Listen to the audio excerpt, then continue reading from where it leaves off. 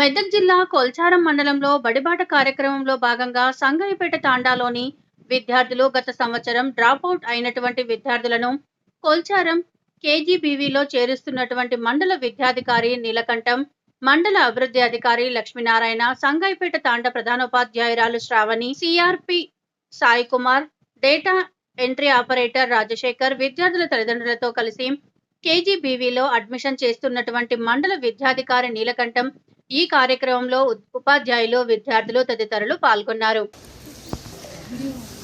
బడిబాట కార్యక్రమంలో భాగంగా మరి మన కొల్చారం మండలంలో ఉన్నటువంటి సంగాయిపేట తాండాలో ఉన్నటువంటి ముగ్గురు అమ్మాయిలు గత సంవత్సరంగా డ్రాప్ అవుట్ కార్యక్రమంలో ఉన్నారు. మరి వాళ్ళని గత ఎంపీడీఓ గారు, అదేవిధంగా పాఠశాల ప్రధానోపాధ్యాయులు శ్రావణి గారు, అదేవిధంగా మరి వాళ్ళని సేకరించడం జరిగింది.